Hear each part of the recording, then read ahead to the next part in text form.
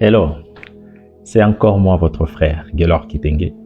Je suis là avec le même réel plaisir de partager avec vous la rhapsodie d'aujourd'hui sous les thèmes « Attendez-vous à des bonnes choses chaque jour ».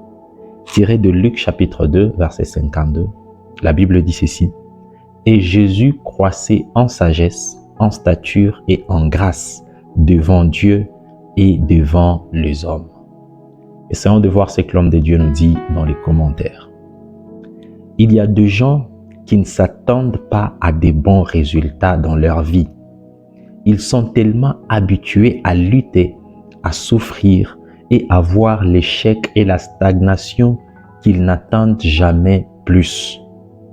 Ils ne s'attendent jamais à ce que leur vie soit meilleure. Ils n'ont pas appris à s'attendre à la faveur.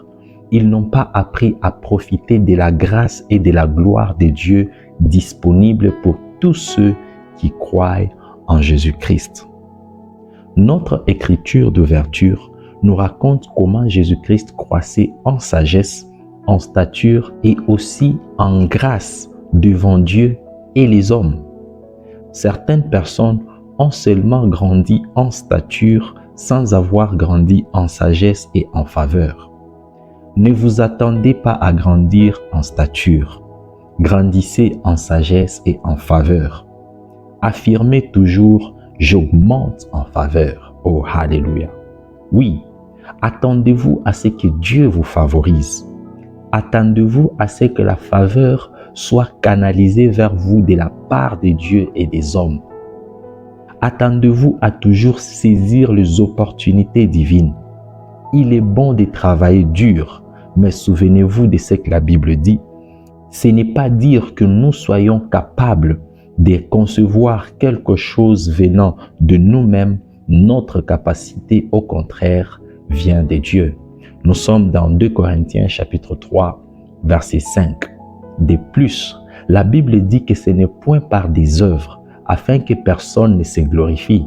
Éphésiens chapitre 2, verset 9. Il ne s'agit pas de votre travail acharné, mais de la grâce de Dieu. Attendez-vous à de bonnes choses parce que vous êtes un enfant de Dieu, un enfant de la grâce. Sa grâce est surabondante dans votre vie. Oh, alléluia.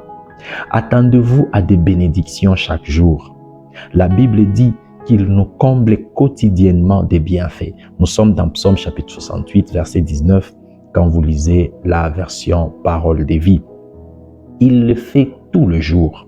Le psaume 33, verset 5, dit « La bonté de l'Éternel remplit la terre. » À qui s'adresse la bonté?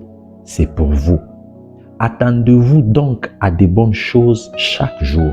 Faites des proclamations continuelles de la faveur de Dieu agissant dans votre vie. Waouh! Quelle rhapsodie! Ici, on est en train de nous rappeler que nous devons nous attendre à des bonnes choses dans notre vie. Premièrement, cela doit commencer à passer par nos confessions de foi et par nos proclamations de foi. Quand tu te lèves le matin, tu commences par dire « Ceci, c'est un bon jour pour moi. Dieu va faire quelque chose de nouveau. Aujourd'hui, la grâce de Dieu me localise. Aujourd'hui, la faveur de Dieu est avec moi. » Comme la dernière phrase de cette rhapsodie qui dit « Faites des proclamations continuelles de la faveur de Dieu agissant dans votre vie. » Faites des proclamations. C'est très important de faire des proclamations de choses pour lesquelles nous nous attendons. Plusieurs personnes ne s'attendent pas à des meilleures choses qui peuvent leur arriver dans une journée. Ils disent souvent, alors si le mal nous arrivait, qu'est-ce que nous allons faire? Ils oublient de dire, alors que si les meilleures choses nous arrivaient, qu'est-ce que nous allons faire? Alors aujourd'hui, on est en train de nous conseiller. Chaque fois que vous vous réveillez le matin, proclamez la parole de Dieu, les paroles de faveur sur votre vie, afin que Dieu puisse agir. Vous allez faire cette prière après moi. Vous allez dire « Ma foi est vivante et active, toujours prête à concevoir et s'attendant toujours à des bons résultats. Aujourd'hui, j'entre dans la faveur et les opportunités divines. Je suis conscient que Dieu aime toujours faire prospérer et prend plaisir à faire de bonnes choses pour moi. Je suis conscient que je marche dans la bénédiction d'Abraham. Au nom de Jésus. Amen.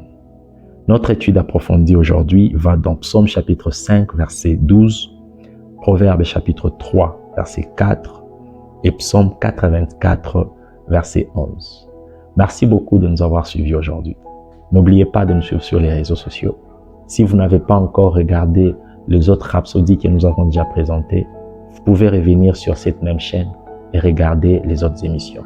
N'oubliez pas de partager cette rhapsodie à vos frères et à vos sœurs. Ils seront aussi bénis de la même manière que vous l'êtes.